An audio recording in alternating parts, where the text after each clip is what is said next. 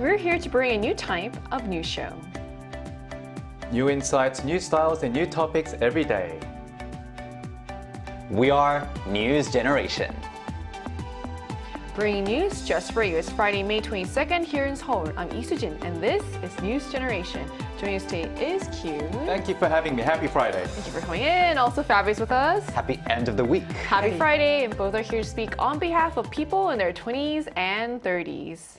So we're finally at the end of the work week, but this Friday is even more exciting because we have a long weekend ahead of us. But this holiday has a very distinct look and feel across the country. So Kyun, what does Korea look like during Buddha's birthday week? So first of all, Buddha's birthday is celebrated on May 24th. Because it's on a Sunday this year, the following day, which is Monday, will be a substitute holiday where everyone takes a day off. Yay! In Korean, it's called 부처님오신날.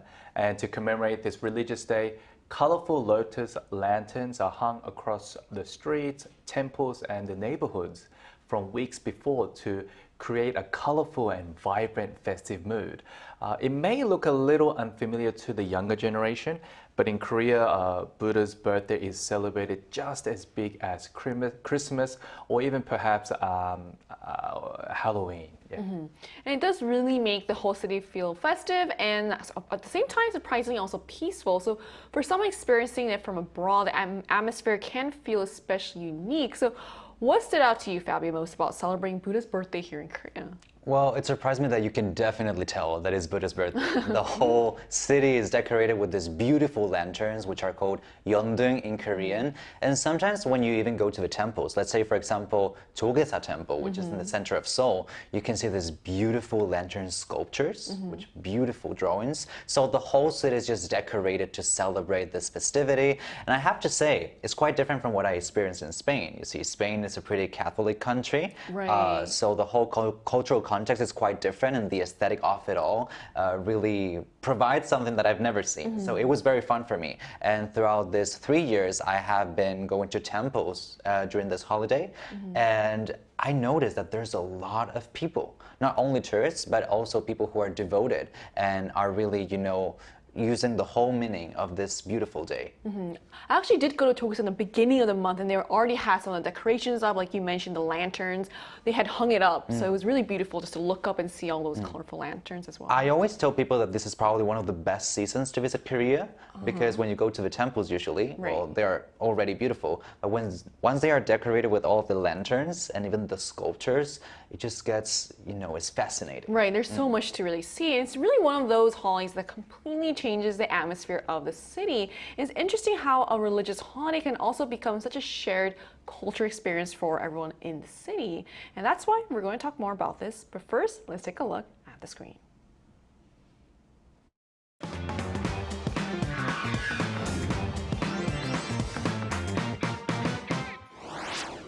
Buddha's birthday, a national holiday in South Korea, is marked by glowing lotus lanterns, temple ceremonies, and colorful street parades. And with this year's celebrations larger than ever and more young people taking part, attention is turning to the religion's growing appeal among the younger generations. Today on News Generation, we take a closer look at Buddhism's resurgence in South Korea and why it is resonating with younger people, and how the centuries-old faith is reinventing itself as a modern cultural trend. Just as we saw in the video, Buddhism is attracting a new generation of young followers in South Korea. So how exactly popular is Buddhism among, young Koreans these days, Kyun?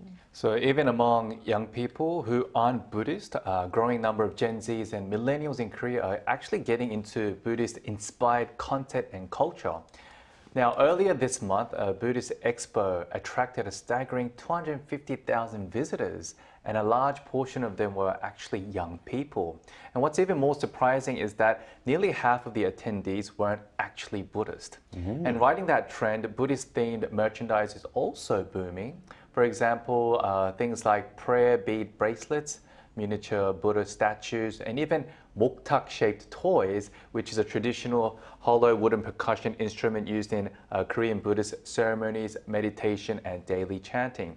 But these aren't seen as old-fashioned. They're actually being redesigned to match younger generation's aesthetics, being stylish, minimal, and even surprisingly trendy.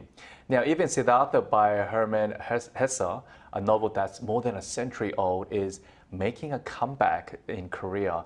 According to bookstore rankings from March this year, it actually climbed all the way to number 8 on the bestseller list. Wow, so that is really a remarkable shift, especially considering many people that are actually going to these temples are not even always practicing Buddhist. And this trend is not limited to Korea, as Buddhism is also drawing interest from young people and travelers overseas. So how are international visitors, I guess, experiencing Buddhism in Korea, Fabio? I think Korea offers a lot of different opportunities to experience it. First, we need to analyze why there is interest in the first place. So I think there's something about Buddhism, not only the aesthetic, but also the philosophy behind it that really appeals especially to the millennial taste of the early 21st century. We see this in interior design, but also in how, this wellness culture and meditation apps and all of these different variations that are rooted in Buddhism are becoming more and more popular. So I think Westerners really look up to this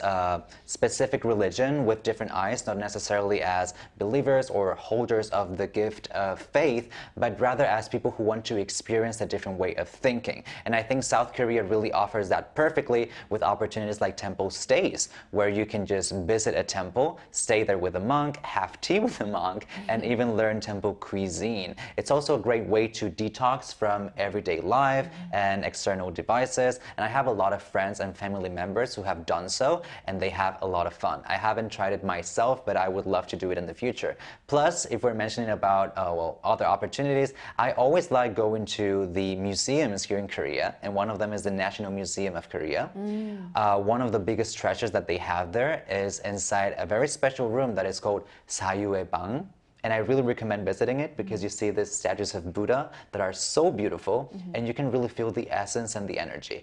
And even when you go to the gift shops in these museums, you have a lot of little items that are inspired in Buddhist culture. And I think that also appeals to that taste that we have been talking about before. Right, there's so much to consume. Like you said, there's experiences that people that can actually participate in. There's those cute merchandise as well. Yes. There's a lot to do. So temple stays offer a unique way to unplug and experience a different pace of life. And as more people discover Buddhism through culture and travel, the religion is finding new ways to connect with modern audiences. So we also wanted to hear directly from our viewers. So we ran a poll on the Arirang YouTube channel asking, what would you like to experience at a Buddhist temple? And here's what the results showed.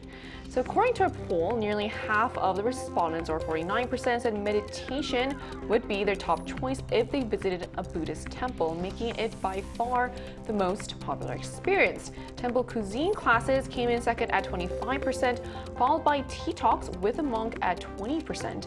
And Buddhist painting drew the least interest among these, with just 6%.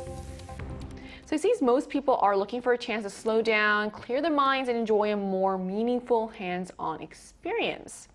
And to get a more personal, in-depth perspective on this, we're actually going to talk to a young person who actively enjoys Buddhist experiences. And that conversation will take place right after the break, so don't go anywhere.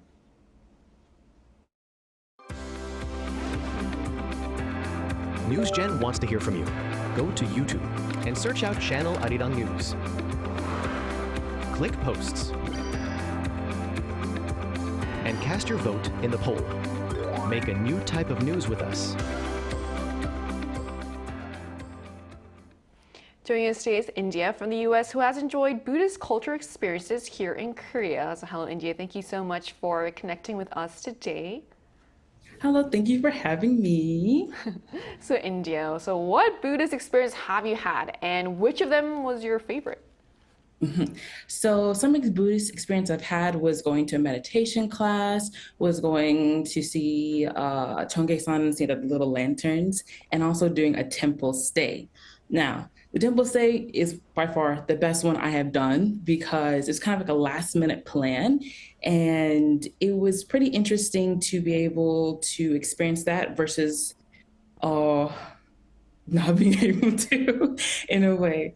For the temple stay, my friends and we had hiked all the way up to a mountain with our luggage and our baggage, and we got to do a nice little tour, and it was so nice to be able to see all this green and all this, to be surrounded by nature and to be surrounded by peace. And it was kind of refreshing and a change of pace. While we were there, we got to pick our dorms, we got to go see the temple. We weren't able to see where the monks lived, but we were able to see the outside part, and we were able to learn more about like the monks' mindset of how they're trying to practice spiritual cultivation and how they are still people who do mess up, but they are taking the extra mile to become better. We're able to do a couple ceremonies, one in the evening and one at night. And specifically, the one at night was my favorite because I'm a night owl. I love looking at the stars. I love the fact that we were able to calm our minds for going to bed. And then before we went to bed, the monk had gave us like a white candle, and we were able to like write a wish on the candle. And I thought that was like a nice little experience to have. So it's one of my favorites. Wow, India, thanks for sharing that experience. But what first sparked your interest in Buddhism and inspired you to attend these Buddhist events? What first sparked my interest in Buddhism was when I was little, I saw a TV show of a guy meditating and talking about nirvana. And I was like, that sounds amazing. I should try that too. Not knowing what nirvana is, not knowing what the person is wearing, why they shave their head, why they're meditating. So that was like my first interest into Buddhism. And just from then on, I did not know enough information because I'm reading these like short little pages and short articles about Buddhism or about cultivation, about meditation, and I'm not fully understanding it.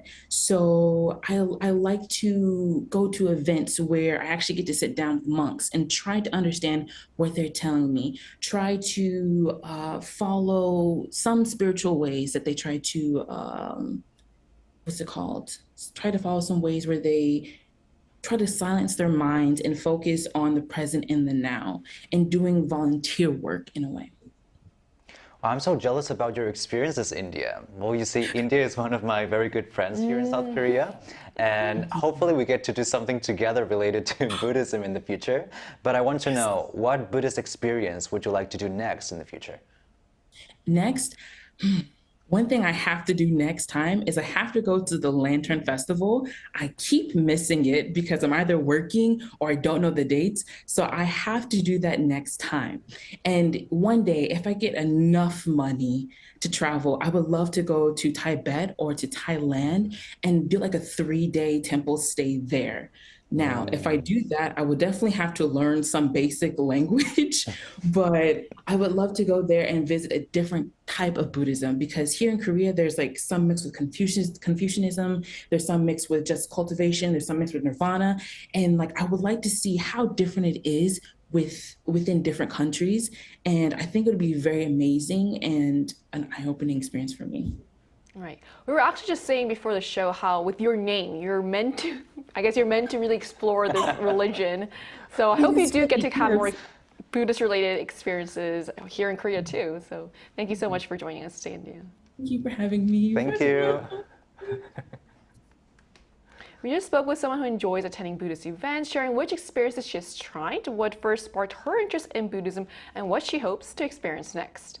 And after hearing that firsthand, it is clear that for many young people, Buddhism offers more than just a religious experience. So why is Buddhism then resonating so strongly with younger generations these days, Kyun? So compared to some other religions, Buddhism in Korea is often seen as less restrictive and more focused on meditation and self-reflection, which I agree with. For many people, temples feel more like peaceful places to rest and recharge rather than spaces tied to strict religious obligations. That's one reason why many Gen Zs and millennials are drawn to it, living in a fast-moving digital world while also dealing with economic uncertainty and social pressure. Many young people feel mentally exhausted and burnt out. In that environment, Buddhism is much slower, more inward-looking philosophy, which can feel especially comforting and appealing to young people. So as a result, more young Koreans are trying out digital detox practices inspired by temple life, even at home. Now, Buddhist meditation content on platforms like YouTube has also become hugely popular among young audiences. Right, so that explains why many people see Buddhism as a place to recharge rather than a strict belief system. And this broader appeal is not just unique to Korea, with similar trends also emerging overseas. So why is Buddhism attracting attention from young people than outside of Korea as well?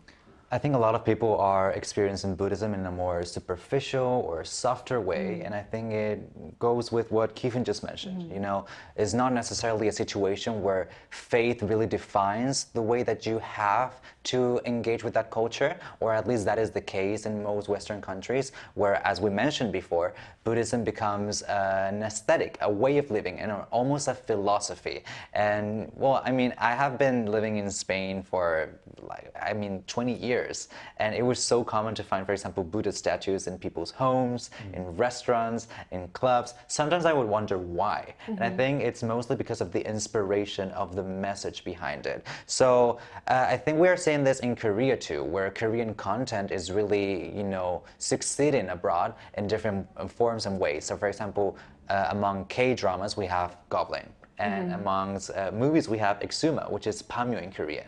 And all of these different forms of content are showing how Koreans experience culturally Buddhism, which, as India mentioned today on the interview, it can be quite different from other countries. And it's also quite interesting to see how different people make their own interpretation about what Buddhism really is. And of course, I think there's also a need for diving deeper and understanding what it really is, rather than just getting a hold onto the aesthetic or the message behind it in a superficial level. But I think it's also important to mention how that is affecting pop culture overall, and how people are a little less pressured to just, take the first step and try to learn more, which is not really the case with a lot of other religions, where you really have to dive deep into it in order to get to know a little bit more. I think it's a good way to get young people interested in, at least like more open to learning about the religion, because we see a lot of young people turning away from religion now. So that connection to both mindfulness and Korean tradition seems to be drawing in more global followers. And to keep up with this growing interest, Buddhism in Korea is evolving in some unexpected ways. So how is Buddhism becoming more, relatable to young people? Buddhism traditionally had an old-fashioned and quiet image here in Korea, but recently it's been reinventing itself to appeal to younger generations. One striking example is I Am Solo Temple Edition, a large-scale group matchmaking event organized by the Choge Order of Korean Buddhism, almost like a reality dating show on TV that we see very often in Korea. So far, more than 11,000 people have applied in total, and the most recent event reportedly had a 35-1 competition rate, which is pretty tough. And there are also a lot of successful people that are actually met people and they have actually, and became couples. And another growing trend among young people is the so-called short-term monastic experience, where participants can live like Buddhist monks for anywhere from a few days to an entire month. Many applicants are university students looking to step away from the pressures of hyper-competitive society and just to clear their minds. So for many MZers, Buddhism today isn't just about religion, it's becoming a form of healing, reflection, and emotional escape from everyday stress. And I personally think as well, I grew up going to church thanks to my parents. But I think in terms of religion, it's a choice. It should never be forced upon on someone. But I think with Buddhism, why it's more appealing to the younger people is because it's a bit more peaceful, in the sense that if you go to a temple, it's usually in the mountains. You're in nature, it's very quiet, and it's in smaller groups compared to, I guess, churches, where you have so many people in just one kind of big building, and you have the priest preaching for a couple of hours, and you have to sing as well, and you have to pray out loud. It's better to pray out loud, apparently. And even in cathedrals, its scale is much bigger. So I think if you go to temples, it's more peaceful, you're in nature, and you have more like time for yourself, and you really have to dig deep into the inner self and to kind of listen to how you actually feel at that moment. So I guess it's more appealing to the young people because like we've been talking about today, we live in such a hyper-competitive society where many young people are stressed out from the everyday lives of studying, competing against each other. So by going to these temples, it's like digital detox pretty much. You leave your phones behind, you dress as a monk, you eat as a monk, and like you might think it's boring, but it's actually not, because you actually get so much from just doing nothing. And that's sometimes what we need to meditate. You ask like young people, do you meditate? I don't think many people say yes. They're like, how do you meditate? You don't have to do anything, but that's so hard for us to do right now because we're always fixed to our phones. We're filled with so much information and media, social media, things like that. So I think I would definitely want to experience temple stay as well because sometimes I feel burnt out and I don't know what to do. And like I think meeting people would be the answer, but it's actually not. You actually get more stressed by meeting people, listening to them, talking to them. So sometimes just not doing anything, being with yourself, just by yourself, with a monk. Because fully reaching from within. Yeah, exactly. Monks, what they do is they teach about life, you know, the deepness of life, you know. You don't have to do much, let go. I think that's the most important part of being, I guess, part of that, being the Buddhist part of that religion. It's very different to other religions. So I think, yeah, like talking about, you know, Buddhism today, it really kind of gave me new insights on this religion, and I really want to have a new experience on this as well. I can actually relate to that because for the longest time, I think experiencing temple stay has been on my bucket list. And it's funny because I actually identify as a Christian, but still, like all the things you mentioned, I feel like it will be such a healing experience and it would be nice. So from temple blind dates to short-term monastic programs, tradition is taking on a fresh new form, and Buddhist organizations are even actually embracing cutting-edge technology now. So how is technology helping making Buddhism even more accessible, Fabio? Well, you think about Buddhism, and it sounds quite traditional, right? But then cutting-edge technology is how does that tie in with implemented this? nowadays. So we see, for example, last April, they launched AI Chahyun, which is the first monk chatbot. So quite interesting. It kind of functions like a chatting system functioned by AI that is based on the sermons and teachings of the Venerable Chahyun, which is the president of the Korean Association of Buddhist Studies. So this chatbot responds to you and your own personal concerns as if it was an actual monk. Wow. Yeah, it's quite interesting. And then furthermore, last week we had the Lantern Parade or the Lantern Festival. And this was led by Venerable Hyun, a the Korean first Android or robot monk, and this was developed by Dongguk University. So I have a friend at Dongguk University who is also part of the team of ambassadors, and when they were doing the parade, they were quite shocked to see the robots in front of them. But apparently it was a very, you know, fun and lighthearted way of expressing such a traditional value and traditional weight, but in a more softer and modern perspective. Well, this went viral all over social. It was like all over my social media feed last week. I mean, they even have the outfits on. Look at that. So yeah, it's definitely very fun to see how a religion can be so open to exploring itself and doing so with the way that we communicate with each other nowadays. So as Ki-hyun mentioned, you know, Buddhism has this way of reaching from within, which is quite different from our very fast-paced lifestyle that we have nowadays. Right. And so technology, in theory, doesn't really match that. However, when you get those both implemented, it really tells a lot about how flexibility inside of your heart really makes out for very nice moments and great opportunities. And I think this is a great opportunity for Buddhism to reach the heart of people all around the world. For sure. So from glowing lanterns lining the streets to packed temples across the country, Buddha's birthday transforms the atmosphere of Korea each year. The holiday blends spirituality, tradition, and culture in a way that even non-Buddhists can appreciate.